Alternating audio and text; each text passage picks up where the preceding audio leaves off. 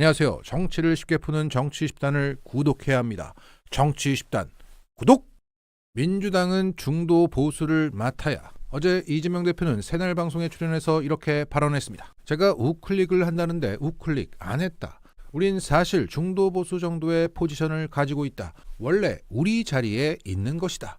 민주당은 진보가 아니다. 헌정 질서를 파괴하고 상식이 없고 야당 발목 잡는 게 1인 국민의힘은 보수가 아니다. 앞으로 대한민국은 민주당이 중도 보수 정권으로 오른쪽을 맡아야 한다.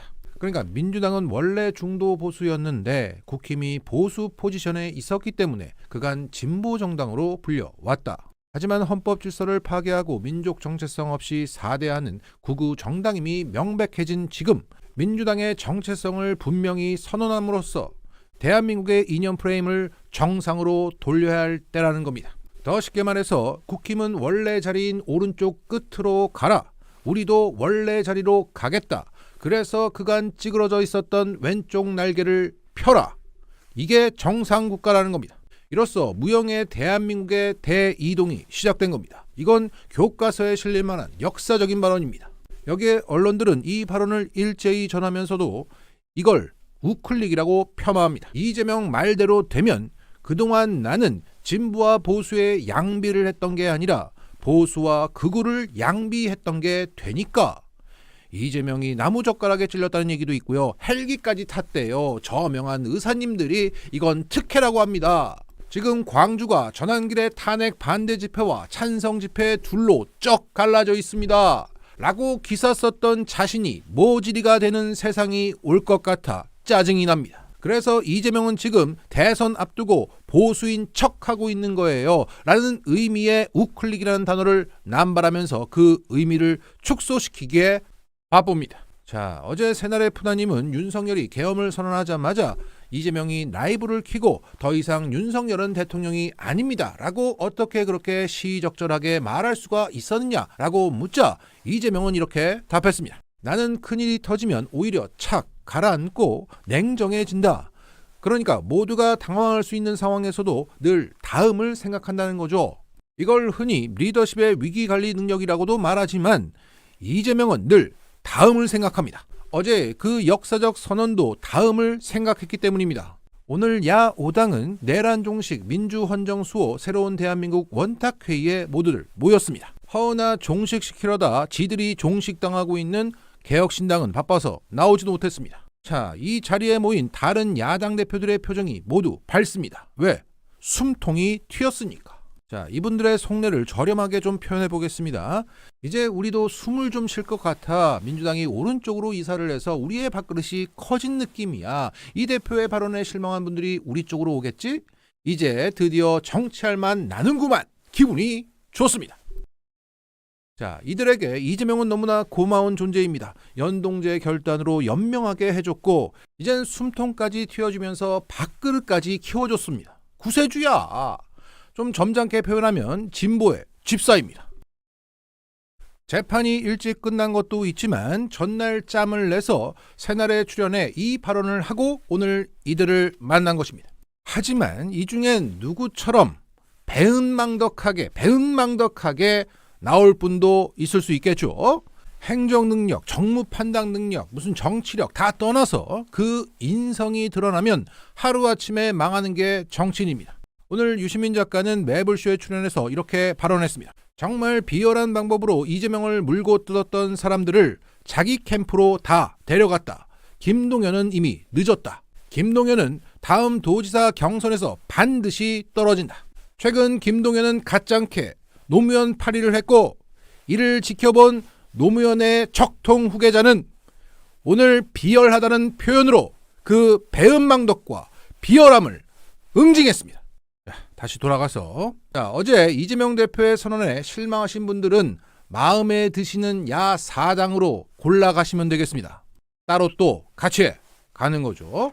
자, 이처럼 대부분이 흡족해하는 가운데 이 상황을 싫어하는 세력이 크게 3개 있습니다.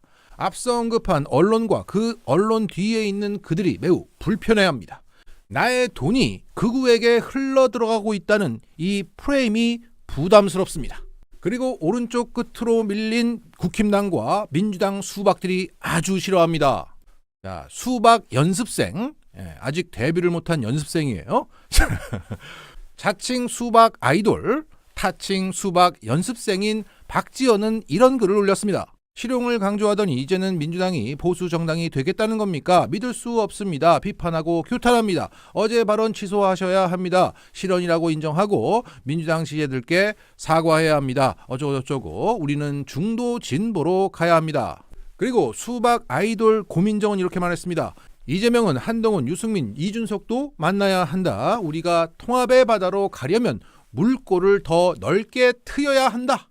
야, 그러니까 수박 아이돌은 확장하라고 지랄, 수박 연습생은 확장했다고 지랄하는 꼴입니다. 도대체 어쩌라는 겁니까?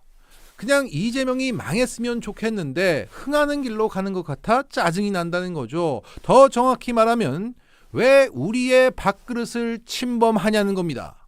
하여간 이들의 반응을 보니까 이재명의 중도보수 선언은 밖에서는 극우 내란 세력이 날뛰고 안에서는 민주당 수박들이 준동하는 외우 내환 상황 속에서 신의 한 수였다고 보입니다. 내가 진짜 보수가 될 테니 너희는 진짜 진보가 되어라. 양쪽 날개로 한번 날아보자. 정치를 쉽게 푸는 정치 10단을 알림해야 합니다. 정치 10단 알림? 다소 경박하네요.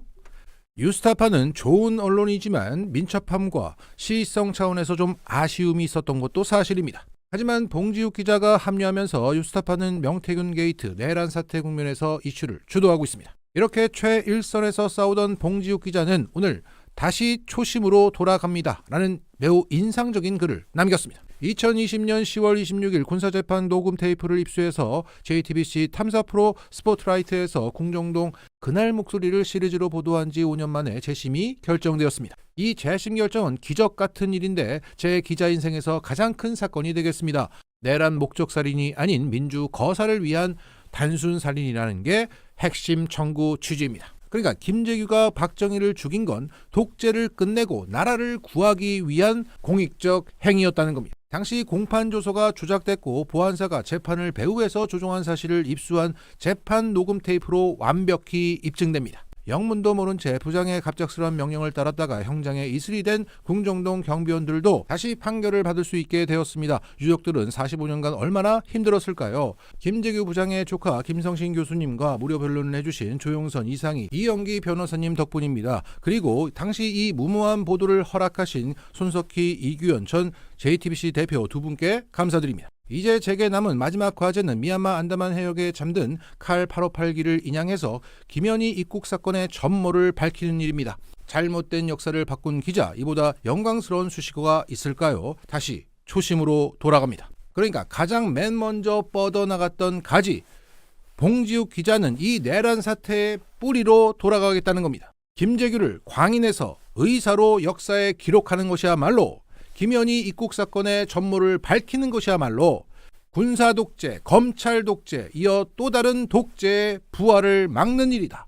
진실을 가장 먼저 알리는 것에 머물지 않고 역사가 반복되는 걸 막는 기자가 되고 싶다는 겁니다. 한강 작가의 표현에 비유하자면 죽은 김재규를 깨워서 미래의 사람들을 살리고 싶다. 자, 대기자라는 호칭이 어울리는 사람입니다. 봉대기자 화이팅입니다. 마치겠습니다.